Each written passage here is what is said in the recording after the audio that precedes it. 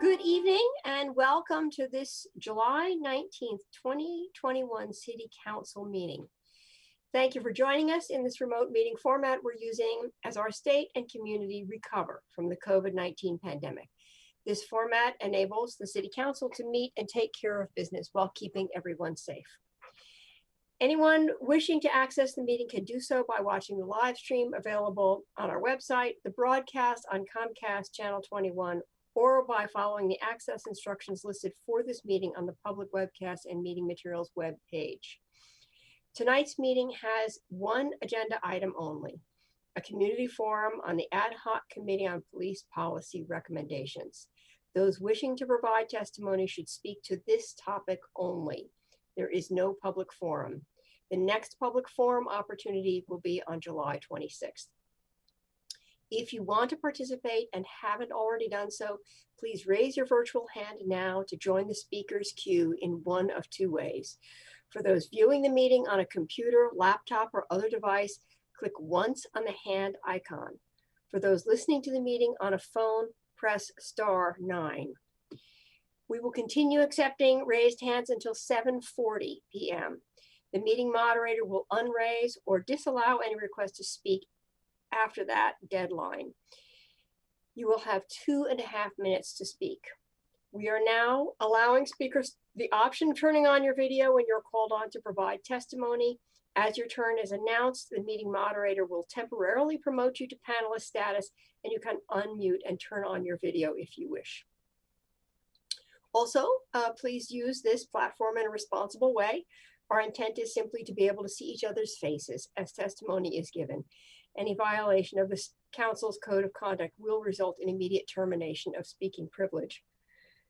Finally, thank you all for joining us to this most important community conversation.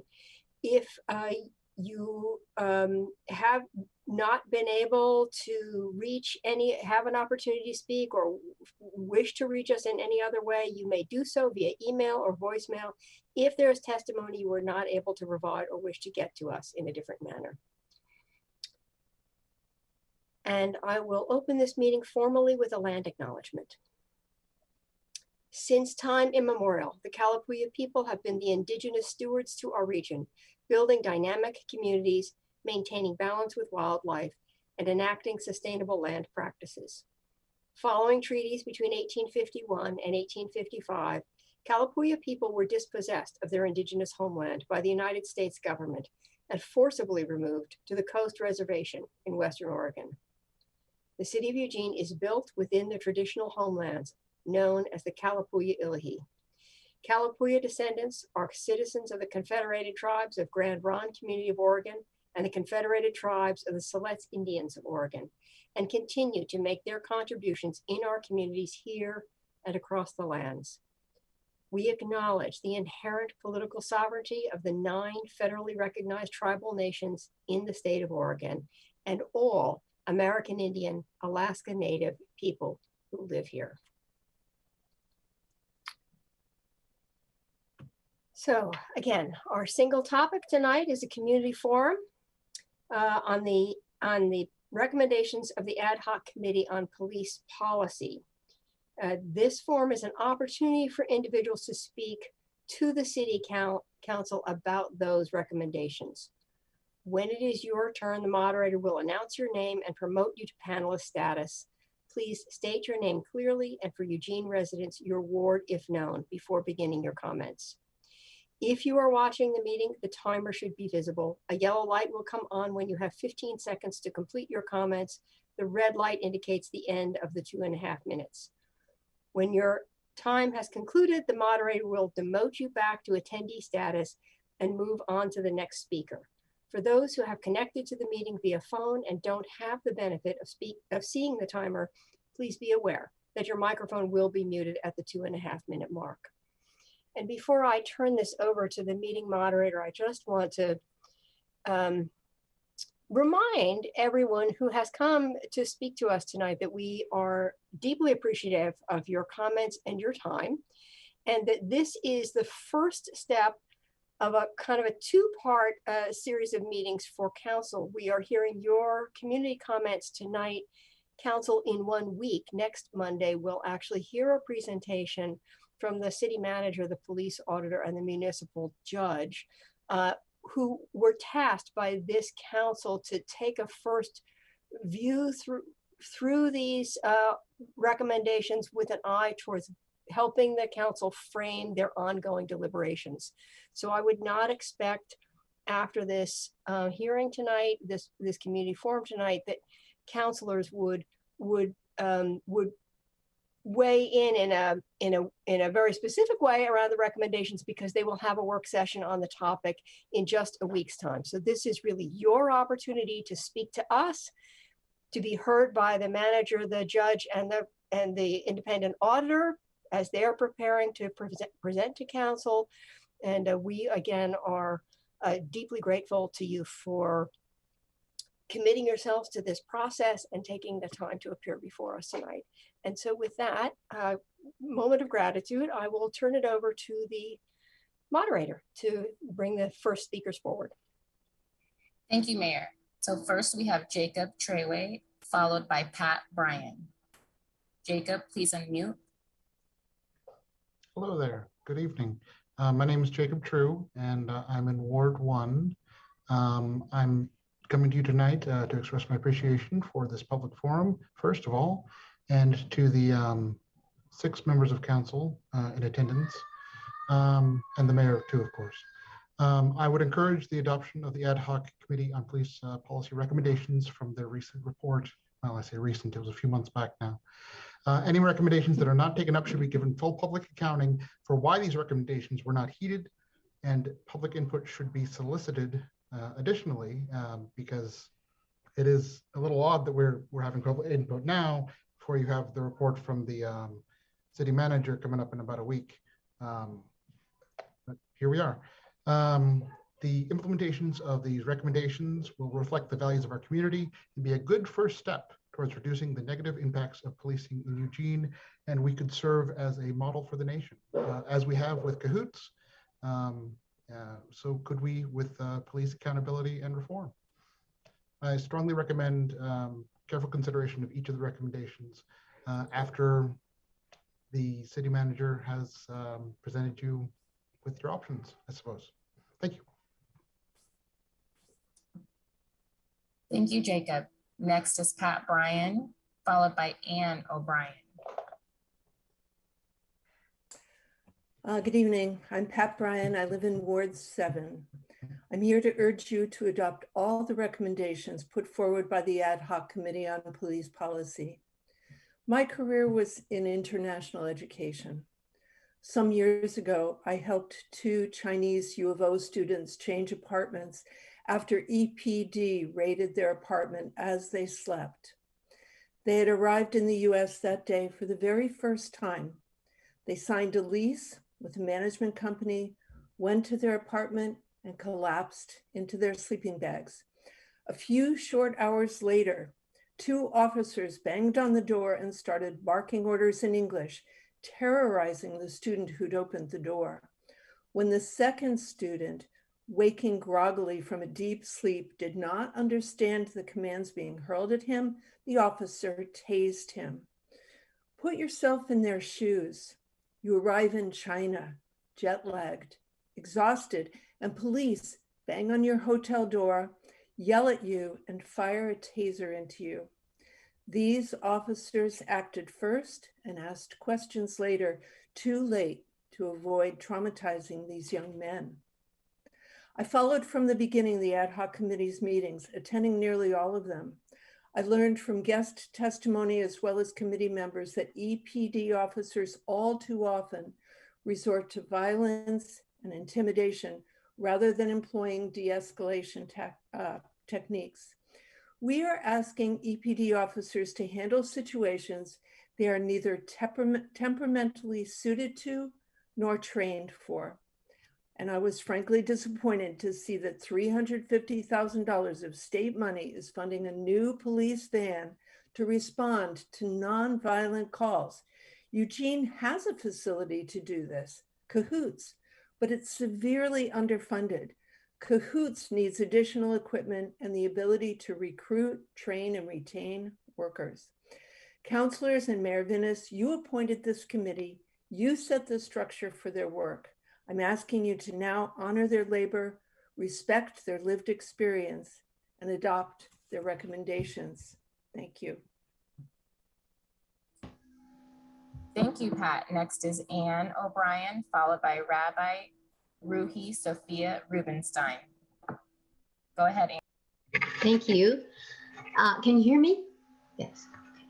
I am from Ward 1. I serve as president of Church Women United of Lane County, whose members represent over 20 faith communities in Lane County. We strongly support each of the recommendations in the ad hoc committee's report, and we believe that they align with one of our national organization's tenets of working towards social justice. That is to not collude with any social system that create and protect injustice. We also strongly support the BIPOC community, our unhoused neighbors, and those who are marginalized due to gender identity and or mental health issues. We believe in replacing armed response with de-escalating situations according to the needs of the individuals involved, and we would like to see a more inclusive and strengthened Lane County Interagency Deadly Force Investigation Team. We thank the Springfield Eugene chapter of Showing Up for Racial Justice for sharing their succinct overview of the ad hoc committee's report. And thank you to the many who were involved in the ad hoc committee's work. And thank you to you, Mayor Vinis, and the council.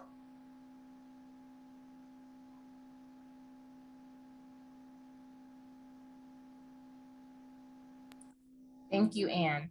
Next is Rabbi Ruhi Sophia Rubenstein, followed by Dawn Leslie.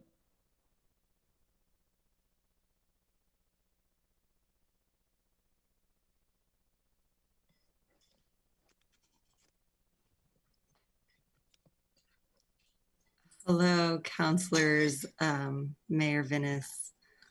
I'm Rabbi Ruhi Sophia Rubenstein, Ward 3, and I wish I came to council meetings more often. I appreciate all the work you do for the sake of this city and appreciate the attention you're devoting to the recommendations of the Ad Hoc Committee on Police Policy this evening. While my community, the Jewish community, currently usually experiences a positive relationship with police locally and in the US, historically, Jews have been targeted by law enforcement in many places and times. And with that perspective, I'm aware of how vital it is for vulnerable communities, communities that are targets of structural oppression, to be able to trust that those charged with public safety are truly accountable to keeping all of us safe.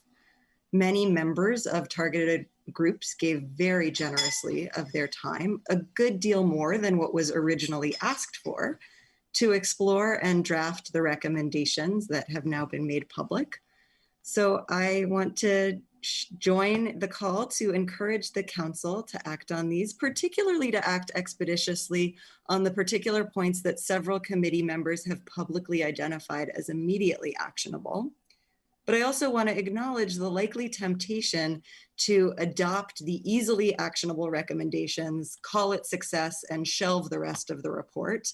So I particularly hope that the council commits long-term to working with the committee's recommendations, staying in touch with the community groups whose members gave so much of their time to serving on this committee, and who have the most at stake in making sure that police are accountable to serving us all.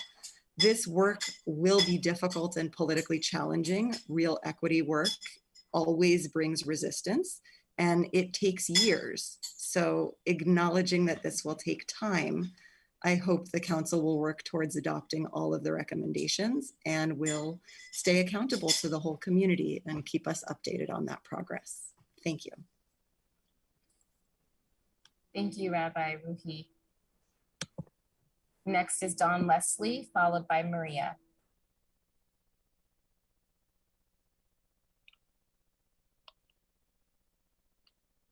Good evening. Can you hear me? Okay. Yes. Thank you. Good evening, Mayor Vinis and councilors. Thank you for taking the time to address this important topic. I am Dawn Leslie, and I live in Ward 5. and I am speaking tonight to represent the Santa Clara Community Organization Executive Board, on which I serve. The statement that I am reading is a statement that it was approved by our executive board. The Santa Clara Community Organization represents, as you probably know, it's a city neighborhood organization that represents thousands and thousands of residents, both city and county, inside the urban growth boundary of Santa Clara. The Santa Clara Community Organization is committed to cultivating an inclusive community that values and embraces diversity and respects the humanity of all people. This commitment includes educating ourselves on the topics of white privilege, implicit bias, and the systemic historical racism afflicting the United States for centuries. We want our brothers and sisters of color to know that we seek to understand and that we believe knowledge is power. The horrific racism that we still see in the year 2020 is unacceptable. We stand united in our fight for life, liberty, and the pursuit of happiness for all. Hate has no home in Santa Clara. We recognize that racism does not only reside in individual hearts and minds. The violence and oppression that Black, Indigenous, and other communities of color face are reflected in racial disparities in all areas of society, and call for systemic and policy changes in our communities, our workplaces, and our institutions. The City of Eugene's Police Department has a powerful responsibility to root out systemic racism from its culture, policies, trainings, and procedures. We applaud and support the work of the Ad Hoc Committee on Police Policy. We urge the City of Eugene to adopt the recommendations presented in their comprehensive and thoughtful report.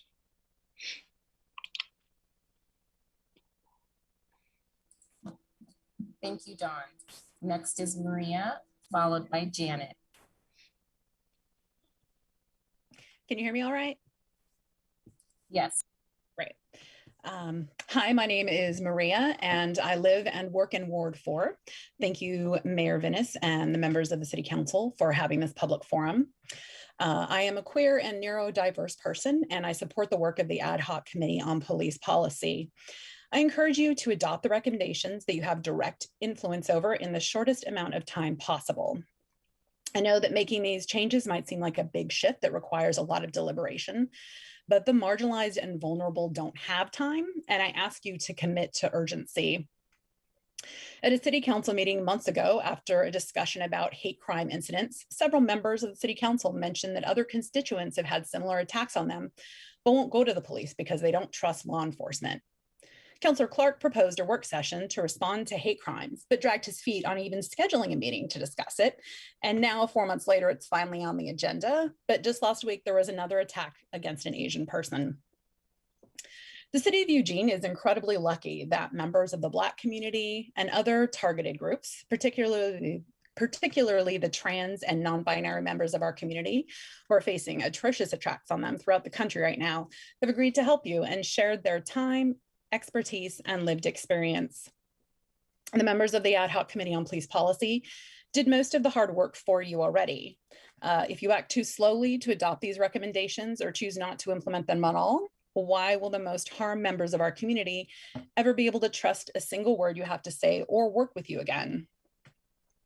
Take action to prevent toxic police culture from further entrenching itself in the city. Show that you actually care about the safety of marginalized people and adopt these recommendations as a first step and continue to do more. Thank you. I yield the rest of my time. Thank you, Maria. Next is Janet, followed by Tibor Besco.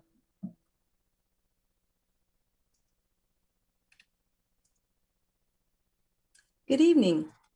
My name is Janet Morrison. I live in the River Road neighborhood, and I'm here tonight to talk to you about process and follow through. I loved it at a recent meeting when Councilwoman Surratt noted that she'd met a woman on the Mount Pisgah Trail and talked with her about how she'd come to realize in this last year, watching online, how hard city council members' work is. I'm that person she met, and it's true. I have been actively engaged in watching the processes you use to implement change, educate yourselves and our community, and model how we can communicate with each other, even with broadly diverse opinions and backgrounds, demonstrating how to really listen and operate not in an us versus them manner, but with the health and welfare of the entire community in mind. Thank you for your service and for including the public forum as part of the process for evaluating the recommendations made by the Ad Hoc Committee for Police Policy. When I was an undergraduate student at the U of O, I studied community health. A professor introduced a model called PRECEDE, which was used to identify, evaluate, and intervene and address both personal health and community-wide issues. It was a valuable tool, and I have been reminded of it as I have watched many hours of council meetings and work sessions. First, a problem is identified, data and evidence-based treatments are reviewed, and very importantly, those community members who are affected by the disease, problem, or practices that are at the root of the malady are consulted and help guide interventions to support wellness. The City Council seems to use a similar approach here in our fair city. Data is gathered, reports are produced and presented, experts are consulted, and then you, as our city leaders, discuss, sometimes in multiple rounds and over multiple work sessions, to adopt or reject proposals, building codes, or budgets. The Ad Hoc Committee has done the work of using the President's Task Force on 21st Century Policing and Campaign Zero's 10-point plan for policing reform as reference points for producing a stellar set of recommendations to begin to address systemic bias, lack of transparency, and the ineffectual and harmful use of police force in non-criminal situations. I believe we are on the cusp of positive change in our society.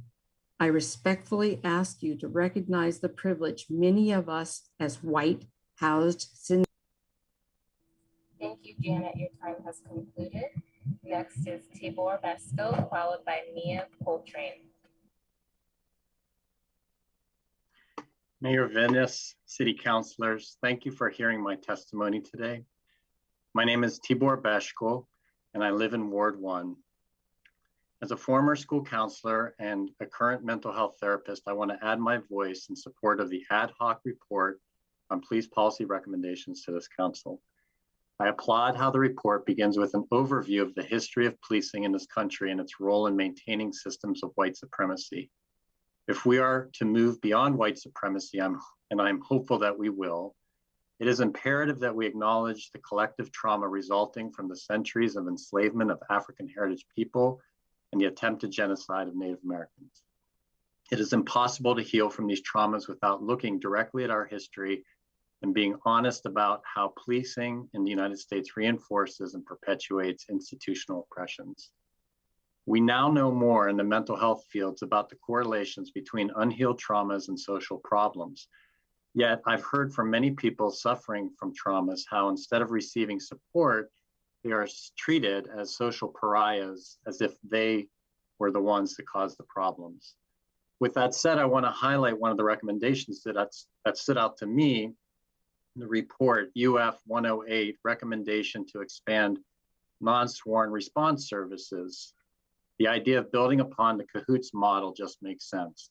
If you've seen the CAHOOTS folks in action, you know how they provide caring professional services to de-escalate situations without intimidation. Why are we calling the police to handle non-criminal situations? When someone has run away, needs a wellness check, is struggling with a mental health issue or dealing with drugs and alcohol, wouldn't they be better served by someone less imposing who is trained to provide aid rather than wearing a police uniform, carrying a gun and a taser? I hope this does not sound like I'm anti-police, because I'm not. This report is an important step in the direction of redressing generations of harm caused by institutional racism, and it provides specific and actionable strategies for improving current policing policies and practices. I strongly urge you to adopt and implement the recommendations in the ad hoc report. Thank you very much.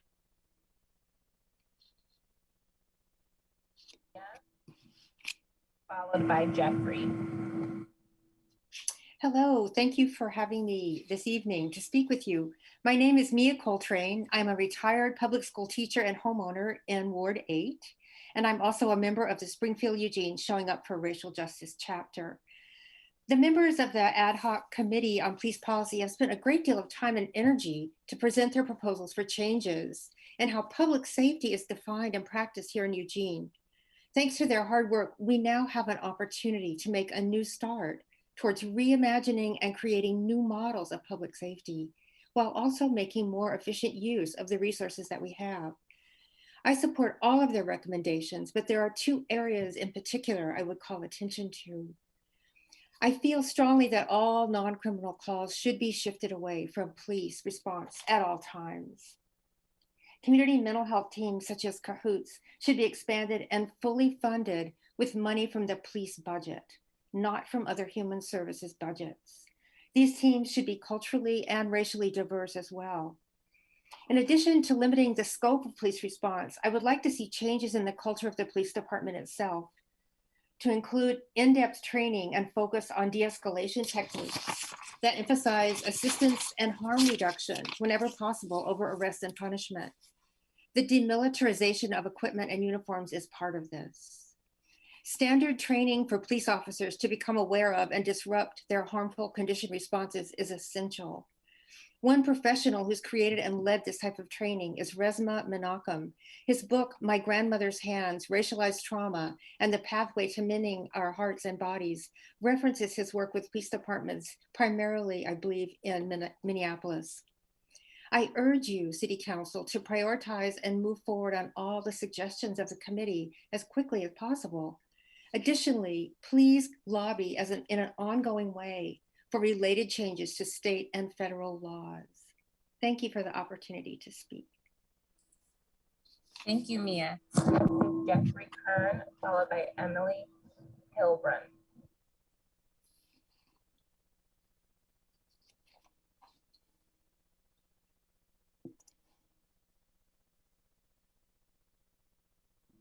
Jeffrey, please unmute.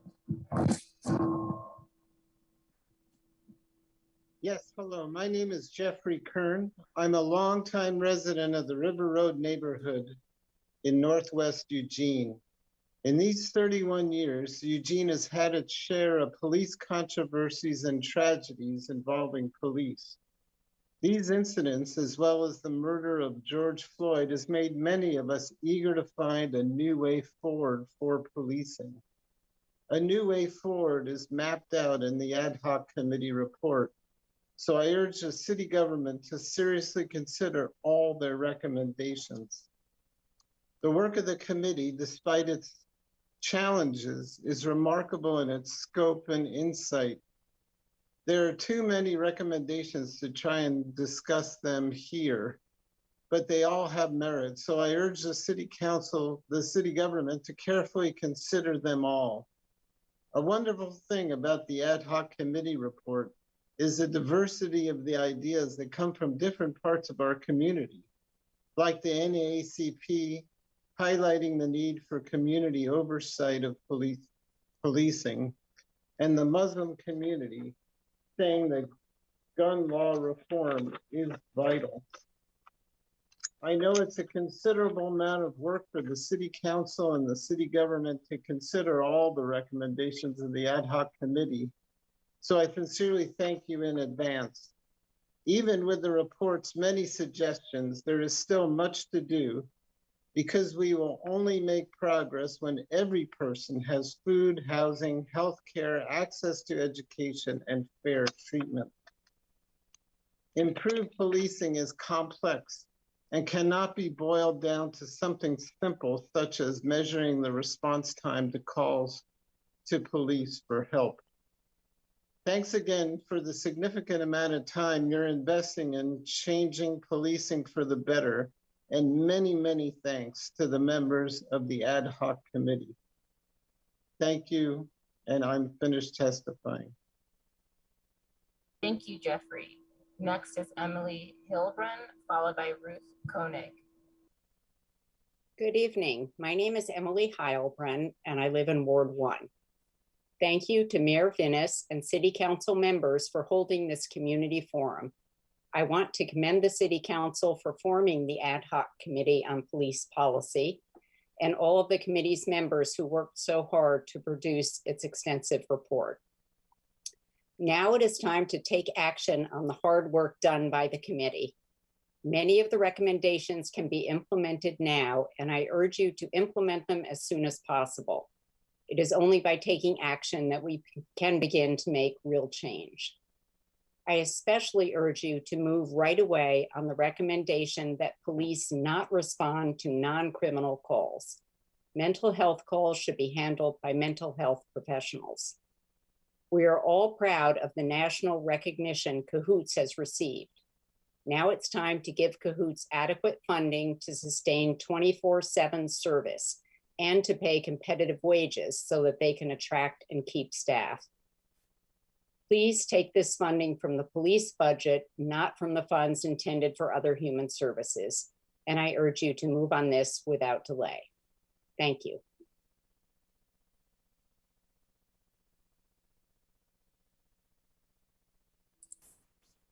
Thank you, Emily. Next is Ruth Koenig, followed by Catherine Hunt.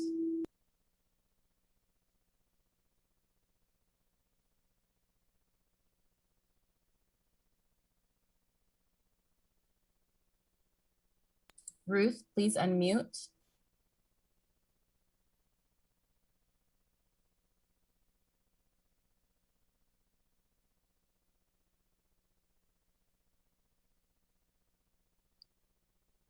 Hello?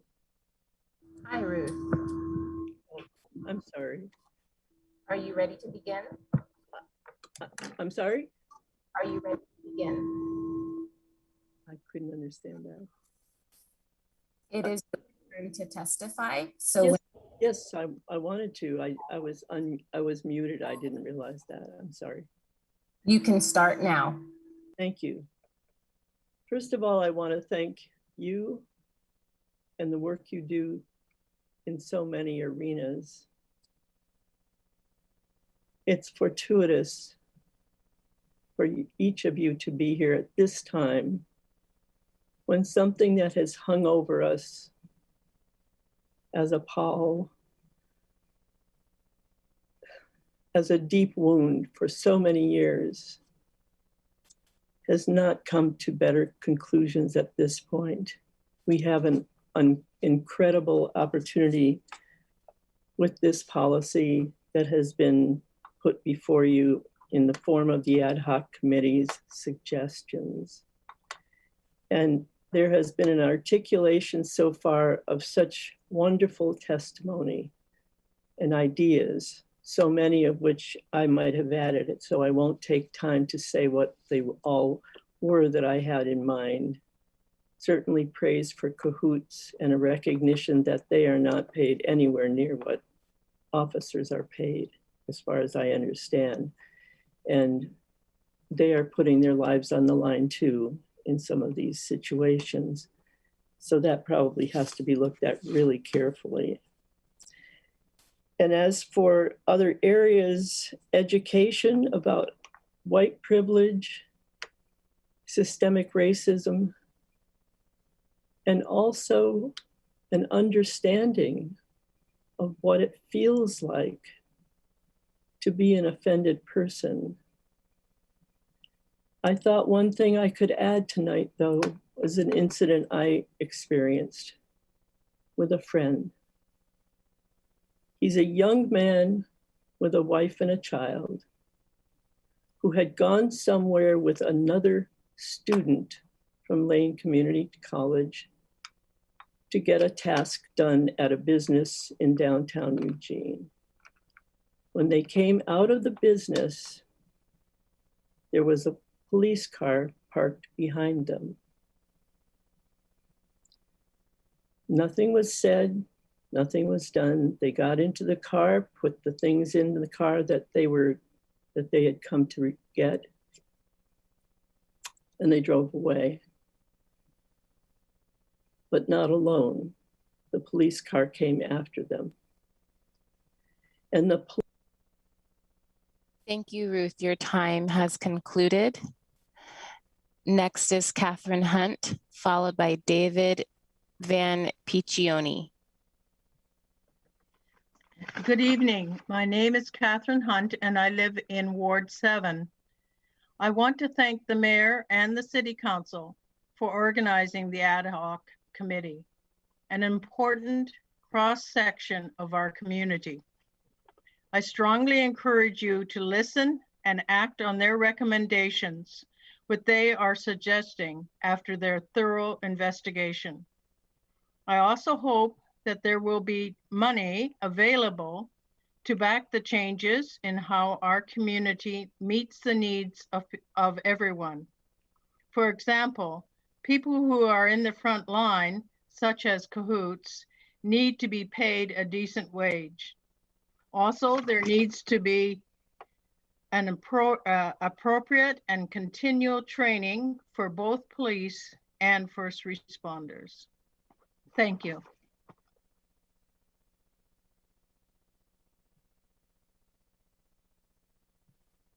Thank you, Catherine. Next is David Van Piccioni, followed by Linda Ogg. David, please unmute. Okay. I want to commend the entire state of Oregon for its progressive position on legalizing all drugs. Unfortunately, this problem is only met halfway.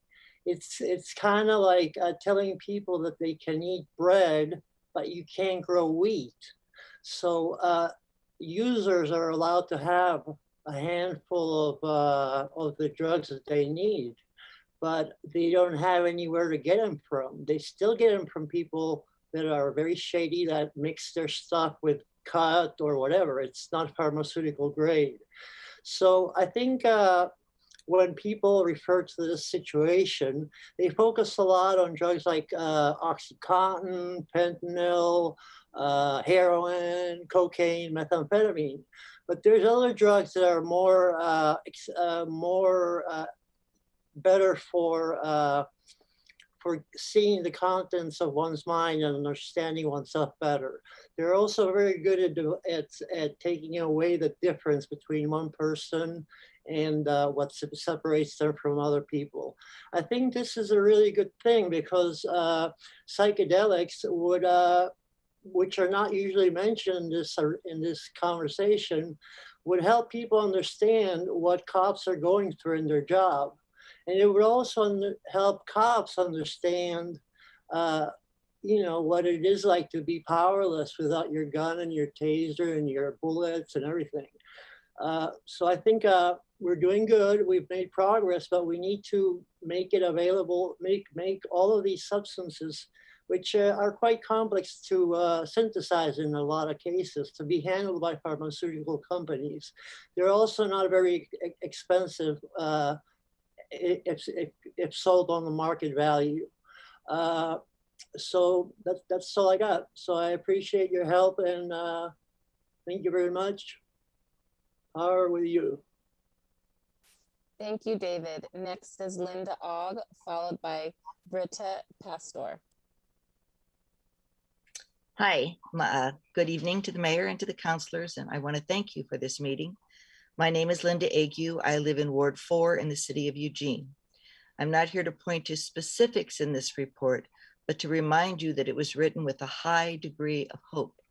Hope that the people and communities that invested the time and effort into creating this report will finally be listened to. There is little in the report that should not already be current policy. If in fact we truly operated in a world where all lives mattered equally, this committee would not have been necessary. So there needs to be a change. Change is hard and uncomfortable. Undoing systemic racism is an internal shift as well as a policy change, no matter if you're looking at the police or any other system. The committee has given you the direction you need to take, but now it's all you. You will decide if this report is just a well-meaning ask and will be filed away like the hundreds of promises made and broken that have come before. You are the people that the cynics in this group will knowingly point to when nothing changes. You will need to sit in the uncomfortable chair and face down the people who are hoping you will guard their comfortable world where power is about maintaining control rather than providing care. You will get to be the change makers or the ones who got in the way. Events in the last few years have opened our eyes in a new way. I hope you are also open to a new way of seeing as well. The communities represented in this report have placed their hope in you. I just want you to know that the time of looking away is over. We are watching. Thank you. Thank you, Linda. Next is Britta Pastor, followed by Leonie Davis.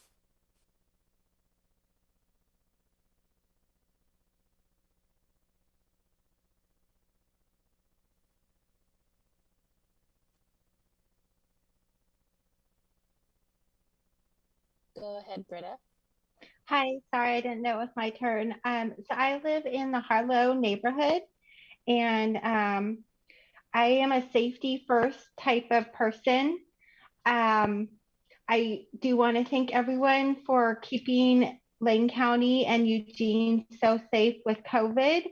And something someone said earlier about this is a long-term process. I think we see now how long-term safety first with COVID also is long-term. And so I know we can do this type of work. I believe in Eugene, and we can make Eugene shine. And the way we do that is by being safe, working with our neighbors, coming together with our neighbors. It's also the synergy when you get that win-win, following these recommendations, making it part of who we are as Eugenians, also is budget conscious, because the synergy of that win-win, you know, the holistic safety first will get us savings in the long run, because we will be a safer community and we will work together and be stronger. So I just urge you to really take it into your heart and look at these, and slowly over long term, we can become what these recommendations lay out for us. Thank you. Have a good night. Thank you, Britta. Next is Leonie Davis, followed by RJ CDR. Thank you very much, Mayor Venus and councilors. Can you hear me? Yes. I meant to have my video on. Thank you for the opportunity to support all recommendations of the ad hoc committee. Many people from diverse backgrounds have put time and thought into each recommendation and deserve to have their efforts given serious attention. This is a good start. My area of concern is community safety and the people who are unhoused and or have mental health problems. It is apparent these problems will increase in the future. Society is in need of restructuring to meet the needs of people who find themselves in precarious situations, often by no fault of their own. We are all vulnerable to circumstances beyond our control. Just remember the people displaced by the Blue River fire of last year. I have worked with the unhoused for 11 years and have seen interactions between the unhoused and the police. Many of the unhoused have distrust of the police that can sometimes escalate the tensions and behaviors. There needs to be a greater amount of money for cahoots. Today's societal problems are becoming more complex, and we need people trained to understand them. Many of the problems that exist on the street have nothing to do with police action and should be handled by personnel trained to handle human needs. Cahoots has the ability to refer people to agencies that can provide help and provide follow-up attention if needed. We have a crisis model that is being used in cities across the country, and yet we cannot find a way to support them here. This support needs to come from the police budget and not from any other budget for community safety. Thank you for this opportunity, and I look forward to following the implementation of these recommendations. We need to create a different societal model based on the needs of today, and that may mean changing some institutional models that are not meeting today's complex social problems. Thank you for this opportunity. I yield my time. Thank you, Leonie. Next is RJ CDR, followed by Ellen Rifkin. Hi, sorry I forgot to change my name. My name is Laura Diamond and I reside in Ward 1. As a Eugene resident concerned with the safety of all community members, I'm asking you to adopt and facilitate each of the ad hoc committee's recommendations for a path forward towards true equity and justice. Through my work as a mediator, restorative justice facilitator, and as an active member of this community, I have time and time again observed the tragic aftermath of armed police responses to non-criminal calls. Among all of the critical recommendations, I believe it is imperative to prevent this harm by reallocating the police budget to fund cahoots and other unarmed professionals so that they can respond to our community troubles in productive, non-violent ways. I deeply value accountability and believe that we must do more to ensure that police are accountable to the community they serve by following each of these recommendations. I want to see my BIPOC, unhoused, trans, and disabled community members, especially those living at the intersection of these marginalized identities, safe, comfortable, and thriving in Eugene. The violence and discrimination that these community members face is not their problem, it's all of ours. Please ensure that your values are reflected in your decisions. You have the power to make real change by taking up these recommendations, and I urge you to take that responsibility seriously. Thank you for your time. Thank you, Laura. Next is Ellen Rifkin, followed by Sarah KD.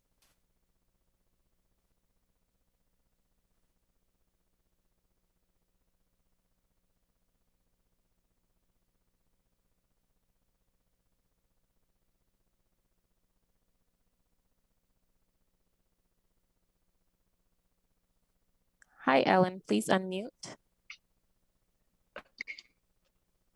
Okay. Can you hear me now? Yes, we can hear you and see you. Can you hear me? Yes. Okay.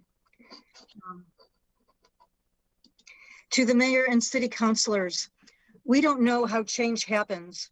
Standing here in front of you is an act of faith, not necessarily in institutions, but in words and people, and the possibility that a word here or a sentence there might lodge in someone's heart or mind and create an opening to something new in an unexpected way at an unexpected time. Do something new. Qualities in what we call community space will have to go way outside our usual boxes to uproot them. Council will have to choose to respect the knowledge of the communities whose wisdom you invited on an ad hoc basis over the perspectives of the EPD, whose definition of reasonable or just, whose assessments of who needs to be surveilled, and whose judgments about levels of equipment until now. Can you do that? Can you set aside historically always supported to stand by the wisdom you solicited in this report because you recognized that something very deeply entrenched is grievously unjust? For example, will you be willing not just to fund cahoots at a somewhat increased level, but to actually shift enough police funds so that the large number of non-criminal calls can be answered 24/7 by unarmed teams with suitable professional skills? Will you be willing to go to bat at the state level for the communities you named to this committee so that police unions cannot thwart the heart of their recommendations? In other words, meaningful accountability to civilian community values and oversight. Finally, will you engage in a long-term sustained way with these communities who still have much to say about justice, criminal and otherwise, and whose experience must lead us? I urge you to immediately adopt the 8 recommendations that a subset of the ad hoc committee has identified as actionable right now. And I urge you to follow through with the longer engagement, the deeper learning needed to implement the meaningful systemic changes you have stated that this process is about. Thank you for all your work and thank you for listening. Thank you, Ellen. Next is Sarah KD, followed by Brooklyn. Hello.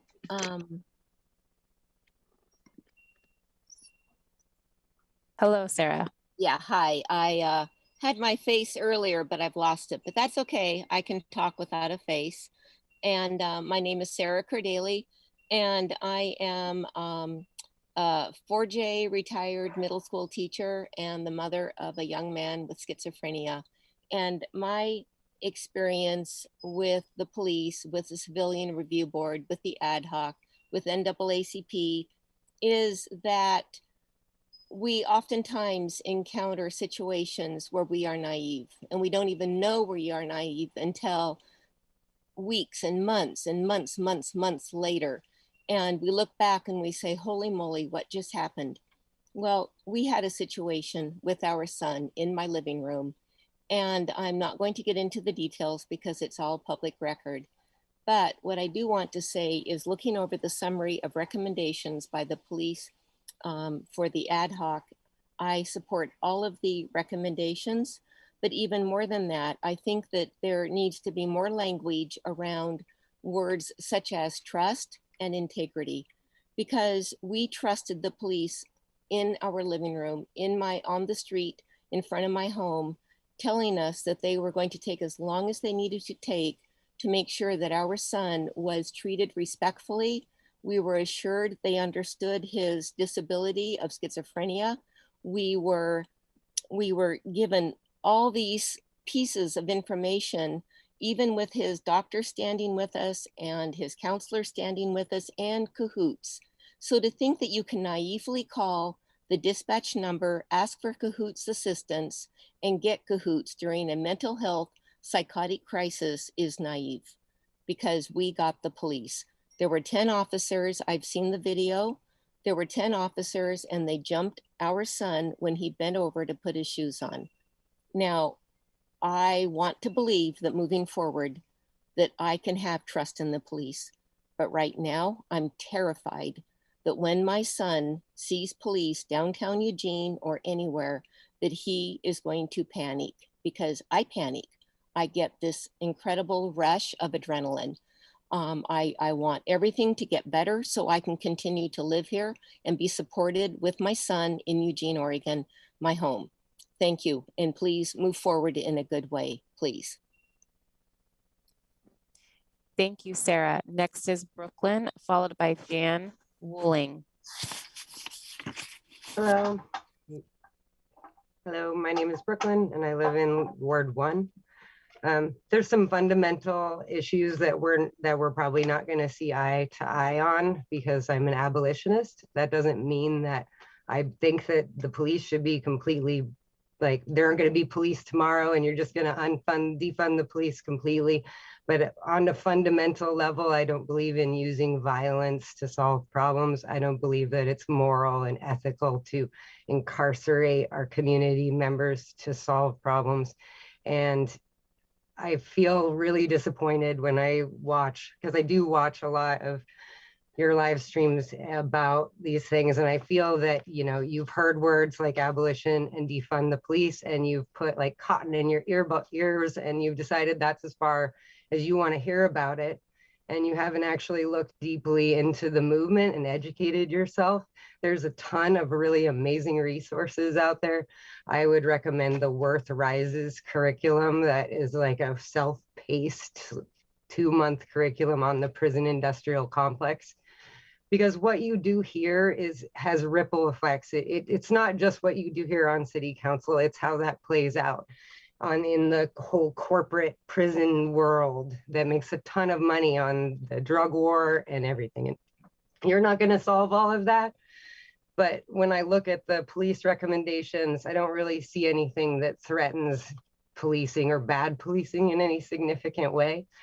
I heard in one of the meetings that there was like an increase in domestic violence incidents and that the police were going to create a special thing for that. You know, I'm not sure if I think I've already come to the city council and mentioned that our domestic violence shelter often doesn't have beds, if ever, right? There's a waiting list for beds, right? If you had someone who needed to leave home, where could they go? They can't rent. We all know the housing is like fucked. Excuse me. It's just really, I just want you guys to understand that this is, whatever you do today will just be a step. Things that you could really do: suspend the use of paid administrative leave for cops under administration, require cops to be liable for misconduct settlements and have personal liability insurance, capital overtime accrual for military exercises, withdraw our participation in military programs, reduce the size of the police force. That's what we want. Thank you. Thank you, Brooklyn. Next is Jan Wooling, followed by Carol Seaton. Hi, Jan Wooling, currently wardless. Please steadily adopt ideas from all of the groups that arduously created this treasure map of recommendations. I care about community safety and police people, and I think we have the imagination to include both safety and increase the compassion for and in police people. What's, I think, to be held in the big subject of community safety, of which policing is a subcategory, very small subcategory, is the consideration of the whole collective pool of all people's feelings and needs and thoughts and bodies, including heart intelligence and gut wisdom and head rational and our nervous systems and our reptile brains. It's all part of our resource of how we are as a community. And to me, safety means the steady reduction of military thinking and equipment in policing, and the increased meeting of human essential needs like clean water and air and nutritious food and fun. I care immensely about police people, their families, their pets. It's possible with new thinking and the reduced military grip to reimagine policing as a healthy, holistic occupation, and that we can do practices to make it more humane for the people working to be sustained in a healthy manner, like daily deep processing after a shift of work, compassionate exercises. There's plenty of things to do to help people get rid of their trauma, both old and new, and to stay able to really do the work that the new world requests. Thank you. Thank you for all you're doing. Done. Thank you, Jan. Next is Carol Seaton, followed by Marty Wilder.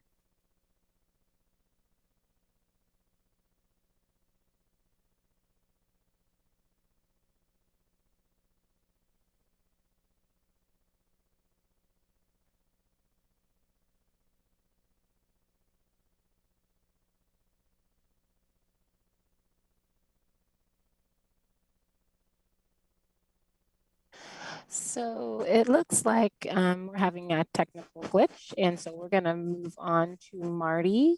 And Carol, I will come back to you.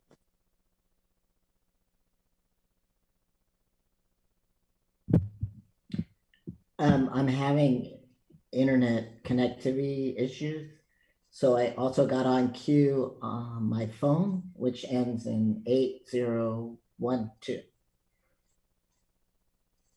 Can you connect me there? Sure, I will. Just one moment, Marty.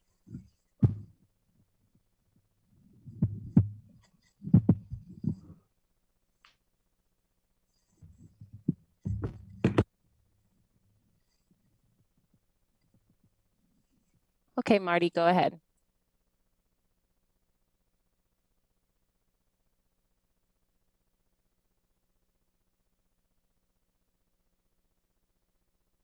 Please unmute.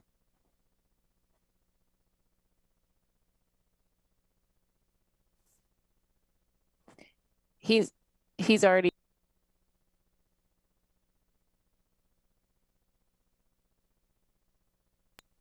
Okay, Marty, we are not hearing you, so I will move to the next person and I will come back to you. And next is Charles C. Kaler, followed by Jolene Simpson.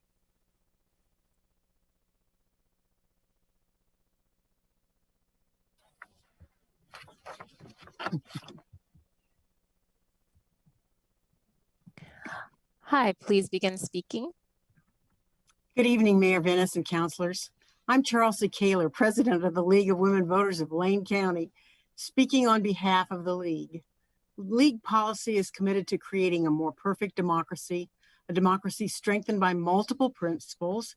In applying these principles to the recommendations put forth by the ad hoc committee, we see critical opportunities for improving community safety. Governmental bodies must protect right to know by giving adequate notice of proposed actions, holding open meetings, and making public records available. Separation of powers is also critical. This framework applies to several of the committee's recommendations, tracking all threats of use of force, giving community members input when vetting new technologies, giving the Civilian Review Board authority to obtain additional evidence, and creating a public database of police stops, and providing that civilian prosecutors handle cases of potential criminal misconduct by police. Individual rights guaranteed by the U.S. Constitution should not be weakened or abridged. Civil liberties and human rights, the right to protest, and equal protection under the law are essential. The committee has called for revisions to Eugene Police Department policies, including those for crowd control. These recommendations offer a framework to examine and better assure protections for rights and liberties.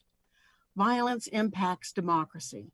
Individually and collectively, we cannot reach our potential and fully participate unless and until ours is an inclusive, equitable, safe, and welcoming community. The committee asks elected officials and staff to look at specific ways to better serve and protect all community members. League policy positions support fair treatment under the law for all persons and the right to humane treatment, regardless of immigration status. We appreciate the work undertaken and ask the City Council to act both thoughtfully and swiftly. We also encourage ongoing dialogue and continued opportunities for the committee or its successors to provide expertise and feedback. Thank you for this opportunity to speak. Thank you, Chelsea. Next is Jolene Simpson, followed by Carol Seaton. Hello, City Councilors and Mayor Venice. My name is Jolene Simpson, and I'm speaking on my own behalf, but also as a member of the River Road Community Organization Social Justice Committee. I welcome this opportunity to speak out publicly in favor of the recommendations and the prodigious work of the Ad Hoc Committee on Police Policy. The committee report demonstrates thoroughness and a real-world assessment of the enormous task at hand. I appreciate Mayor Venice and the City Council for their support of the Ad Hoc Committee at a time of worldwide soul-searching and reckoning with the deep and lasting legacy of racism twinned with violence that permeates our nation's history and our culture today. I acknowledge the service and commitment of many of our public safety officers, as well as elected officials who carry a sincere desire to see police I texted her already, yeah. That roots out systemic racism and sustains equitable treatment and protection of basic civil rights for all. I have witnessed kindness and also unnecessary intimidation on the part of local police officers towards people of color. In early 2020, I witnessed a situation where a young Black mother was pulled over in rush hour traffic for expired plates and a suspended license. Her 6-month-old baby was in the car seat in the back seat. There were 3 large black unmarked EPD SUVs blocking her next to the curb, 5 or 6 officers with weapons at their belts, circling the van, shining flashlights in the back windows, and detaining her for at least an hour. Eventually, she was allowed to pull into my church parking lot and nurse her baby, make a call, and find her way home. I was told by the female officer who was called to the scene that they didn't want to take her in because of the infant. I was shaken by the force and implied threat of this incident, and I questioned the need for such an intense response for what was essentially a traffic stop for expired plates and a suspended license, potentially simply crimes of poverty. It's time to change police practices and peacefully engage the community in taking a visible stand against racism. Continue support for this important anti-racist work. Develop concrete measures that address the specific recommendations. Thank you.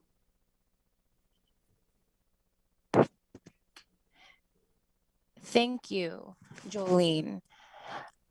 So we are still having difficulties with Carol Seaton, so I'm gonna move on to Marty Wilder, and we'll try to see if we can get your audio to work.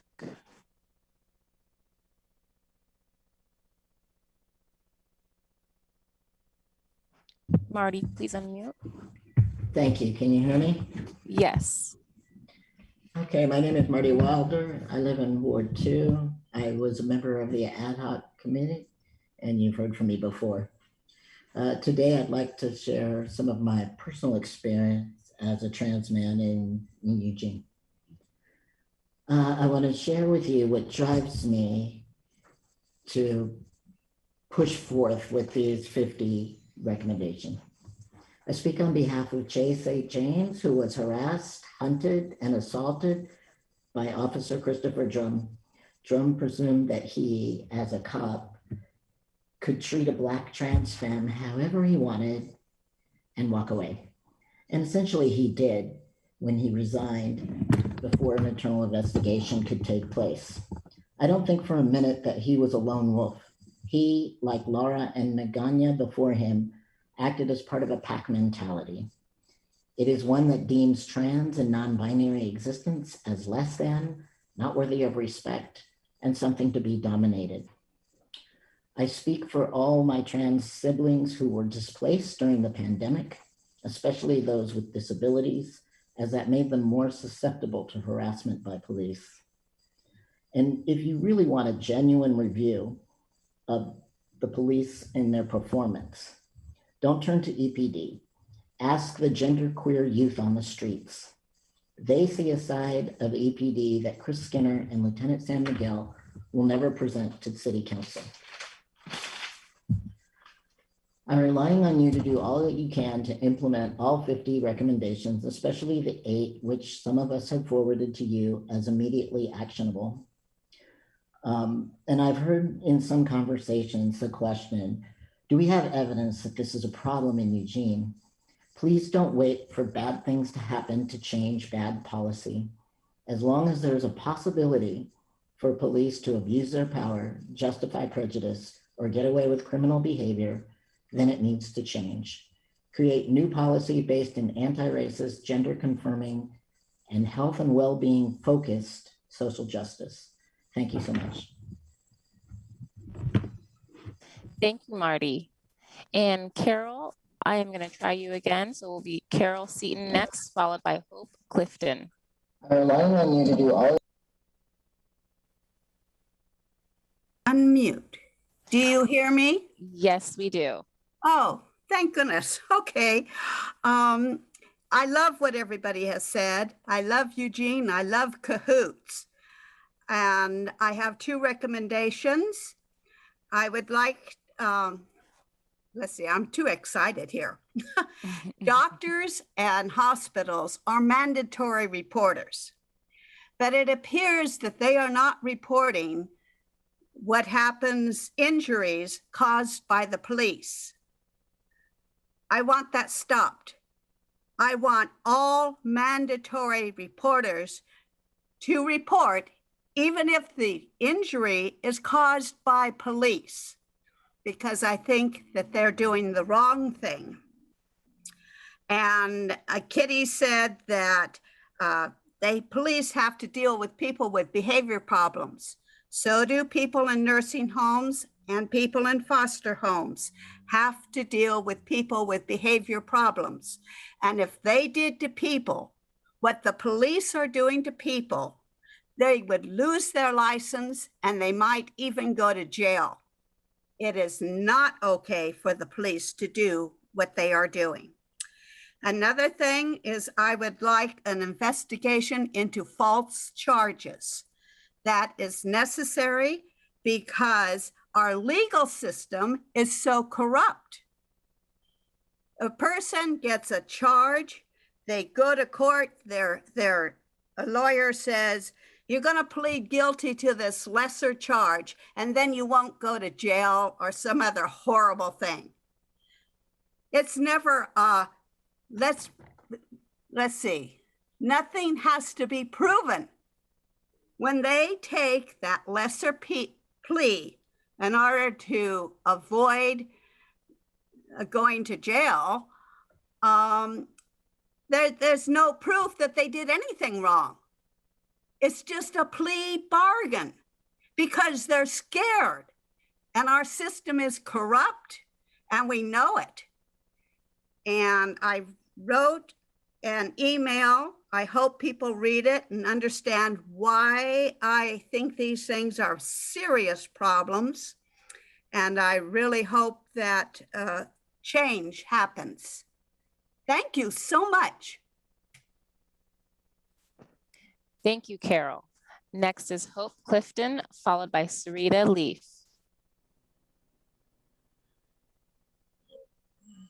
Where is my audio?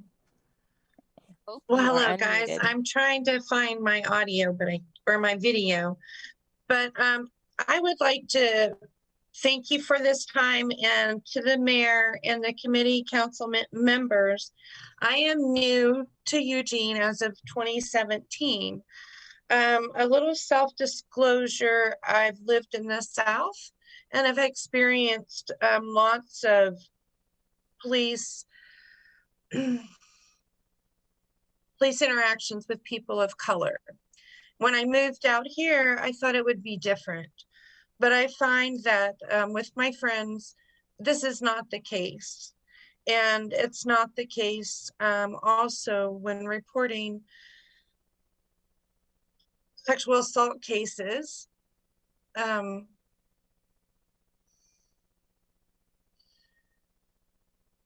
apologize. For people of color. So I worry about my brothers and sisters of color that are here and their mental health. I am also a disabled veteran with PTSD, and I'm concerned that not only myself, but others in my community will be misjudged and sent, in the wrong place where a disgruntled issue could happen. So I just wanted to give you guys my feedback, share my voice with you, and that I do highly recommend these improvements that the ad hoc committee has presented. I want to be proud of Eugene and have us set an example like we did with Cahoots. And I feel like this presentation that the ad hoc committee has given is smart, clever, and would work with proper communication and logistics.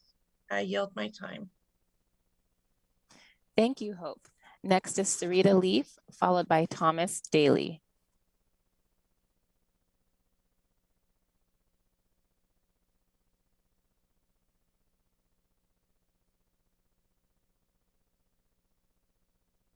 Sarita, please unmute.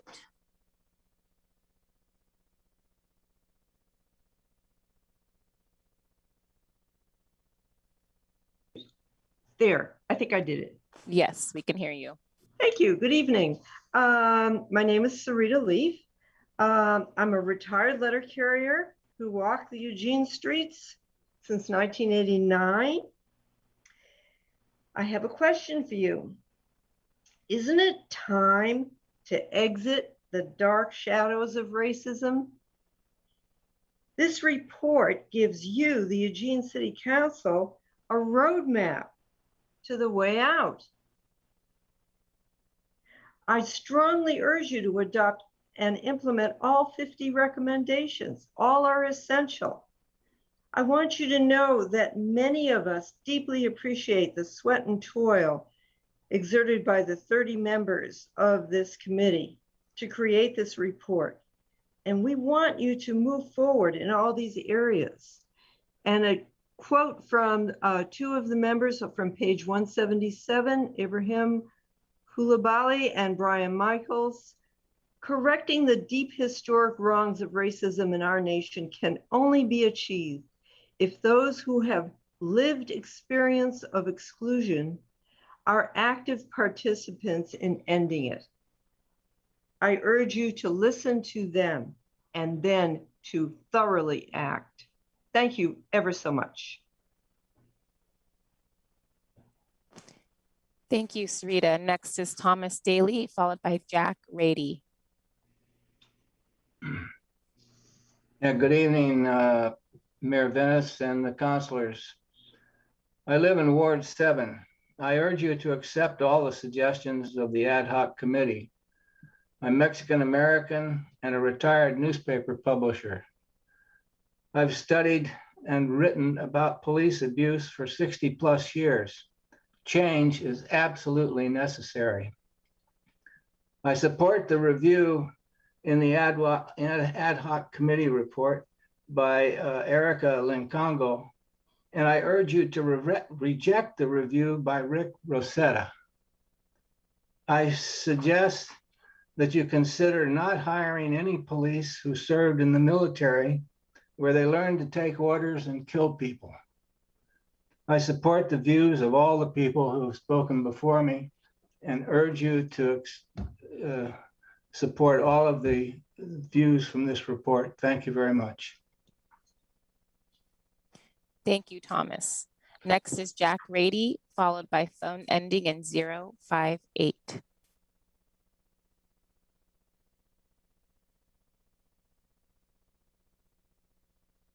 Jack, please unmute.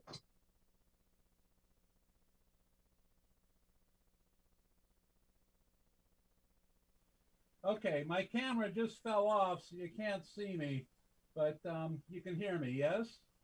Correct. Okay. If you don't mind a little change up, I came to Eugene 22 years ago, and the first time I addressed this council, it was about a culture of violence in the Eugene Police Department. And subsequently, I became legal redress chair for the NAACP right after Ferguson, with the intention of leading a crusade here.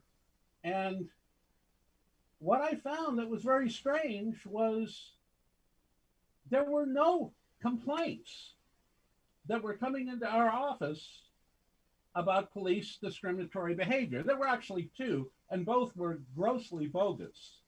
I spent some time studying the Eugene Police Department and looking into it. And I have to say that while the drafters of this report may have done a lot of work and gone to a lot of meetings, it shows very little understanding of the structure we have here. The police auditor system, which is the envy of most other cities, isn't mentioned, but the recommendations would effectively abolish it. People have spoken to the hard and brilliant work of these recommendations, most of whom I suspect have not read them. About a fourth of them are things that are already being done here. About a third of them are actually very good proposals and good ideas, some of which have little to do with police policy. And the rest seem to be based on perhaps the zero agenda or some other set of proposals that have nothing to do with Eugene, where we have a department that has steadily progressed during the 22 years I have been here towards these exact same goals, and which apparently neither most of the speakers tonight nor the committee bothered to make themselves aware of. For example, we all know about the killing of Bryan Babb and what it showed us about the dangers of police violence. Do we know that there have been 6 or 7 cases since of mentally disturbed individuals with firearms who the Eugene police have taken into custody and no one was hurt? It takes courage. I saw one of these incidents, and we have got a pretty good department. Don't screw it up. Thank you. Thank you, Jack. Next is phone ending in 058, followed by Libby Rascon.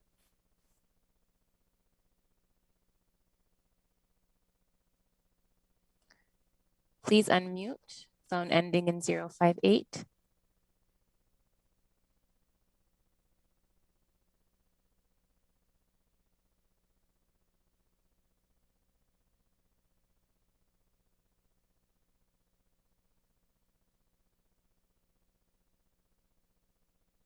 Okay, phone ending in 058. I will come back to you. Next will be Libby Rascon, and then I will go back to phone ending in 058. Libby, please unmute. I'm unmuted. Can you hear me? Yes. Thank you so much. Thank you, Mayor Venice, and thank you, councilors. I appreciate the opportunity to speak. My name is Libby Rascon. I'm a Eugene resident and homeowner in Ward 7. I also work from my home. This topic is very passionate to me. I work from home. I'm a senior analyst and ombudsman with the state of Oregon for the Oregon Health Authority. And working from my home, I see my neighborhood, I experience my neighborhood very, very fully. So I am informed as to how the police operate in my neighborhood. For the last 2 years, I've undergone bias crimes in my neighborhood. I am a female who is also Native American with a disability. And my neighbors have given testimony to the police. I have a neighbor who put in writing with a notary the fact that the harassment and abuse that I was experiencing was because of my disability, because the persons that were doing this explained that to them. Over 30 calls over a 2-year period, and there wasn't anything done. And that included like gunfire at the end of my driveway, threats to myself and physical violence, brandishing of guns, finger guns, comments. It became disheartening to try to call to get help because help wasn't happening. So finally I had a meeting with Chief Skinner, and that was on May 25th of this year. One of my medical providers was there because this has impacted my health and what I've been going through for the last couple of years. And when this meeting took place, we now have 90 days in which we'll meet again to kind of look and see how things have been going since then. Sadly, the worst happened after that meeting. If some of the calls and complaints that I had made had been taken seriously and there was an understanding of bias crimes, and there was an understanding of what I was trying to point out about bias crimes with the auditor's office, there wouldn't have been a 17-year-old girl in my neighborhood that had a gun brandished at her. There wouldn't have been a woman that was then sexually assaulted and assaulted with a gun and a knife in this neighbor's backyard. And then thirdly, a child under the age of 12 who was sexually assaulted by this person. This person was arrested 3 days after I met with Chief Skinner. And I just implore you to please put into place as soon as possible all 50 recommendations so that we don't have to have anybody else go through what I. Thank you, Libby. Your time has concluded. And our final speaker is phone ending in 058. Phone ending in 058, please unmute. Hello? Hello. Can you hear me? Yes. Okay. This is Jim Stauffer. I'm in Councilor Syret's ward. I wanted to speak to the comments that were submitted by 3 organizations of color into the reports. It was the NAACP, LULAC, and one other I don't remember right now. There was a common thread in what they said in their comments, and it was about paying attention to the process going forward from here. They all 3 are nervous about that. It's governments, governments are all bureaucratic at every level. That's what governments are about. And these bureaucracies tend to have a sausage grinder effect on things. Something can start out with the best of everybody's intentions and end up round up into something entirely different. I think that's going to be very important on this subject because this is an opportunity to take a big step forward in relations between the police and the community in general, but especially people of color. We hear terms systemic racism, institutional racism. I think a lot of that is this sausage grinder process we all encounter. So this is this will be interesting to watch it go and how it goes through the various steps. Love to hear what the police union has to say about this. So I appreciate all the work everyone's done on it, and let's all keep an eye on making sure that it ends up with the original intentions still in place. Thank you. Thank you, Jim. And Mayor, that concludes our community forum. Thank you very much, Naya, for moderating that. And thank you to all of the people who took the time to testify. It was varied and it was valuable, it was informative. I appreciated the organizations that hold their members and supporters out to make comments. And we'll remind everybody that this is the first of, as many of you have alluded to, a long process for the city council and the city government in terms of evaluating each of these recommendations. We have every intention to do this thoroughly and respectfully. And, you know, we will begin, you will hear that first most thoughtful conversation in just a week. So this council is very committed to this work, and this will not be the only opportunity you have to engage on it. And in fact, next week's meeting is a 5:30 meeting, and there's a public forum at 7:30. So you'll have an opportunity to engage right away in another week after another conversation. I don't know if there are any other counselors who wish to say anything before closing this hearing. Counselor Zelenka.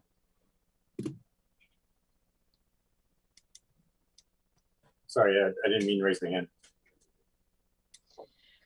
Okay, well, with that, Counselor Keating. Thanks, Mayor. I received e-communication at 6:39 p.m. from a constituent, Charlotte Maloney, who says that she's unable to attend the Zoom council meeting tonight, but sent in testimony. Mayor, what do you recommend? Send that to the entire council? Read it into the minutes. What's the best protocol to ensure that that's absorbed by colleagues? If she can send that to the entire council, and it can be recorded that way. Yes. Great, thanks.